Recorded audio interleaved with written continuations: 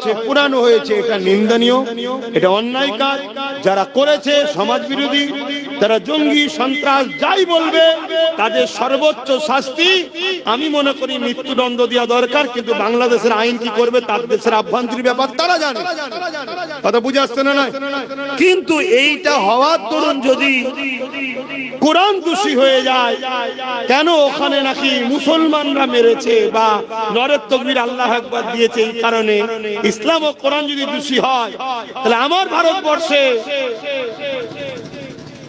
আফরাজুলকে জ্যান্ত মানুষটাকে আগুন দিয়ে পুড়িয়েছিল যারা, তারা তো হিন্দু সমাজের, তারা জয় শ্রীরাম বলে। এরকম অহরহ আমার দেশে হচ্ছে না, হয়নি? জয় শ্রীরাম বলে বলে পিটিয়ে পিটিয়ে মারছে না, মারে না, খুন করছে না, করে না। তার জন্য কি তাহলে আমরা মুসলমান বলবো যে রাম জঙ্গি ছিল? এই বলবো?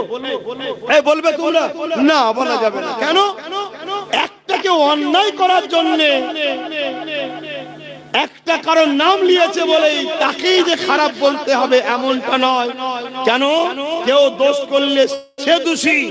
স্কুলের একটা ছাত্র যদি ভুল করে তার জন্য কি প্রতিষ্ঠানকে বন্ধ করে দেন নাকি আপনারা? কথা বলুন। আমার দেশের অনেক হিন্দু ধর্মের ভাইয়েরা তারা আজকে পাকিস্তানের সঙ্গে গুপ্তচর হয়ে আছে, প্রায় ধরা পড়ছে না, বলেন?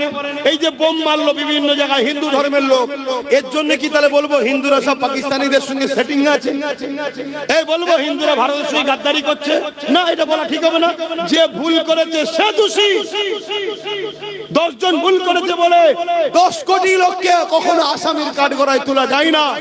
আর আজকে এই হিন্দু লোক জয় শ্রীরাম বলে মেরেছে বলে, পুড়িয়ে দিয়েছে বলে, তার ধর্মগ্রন্থগুলো সন্ত্রাসী শিখায়, এটাও বলা কিন্তু শিক্ষার পরিচয় জোরে বলে দেয় না।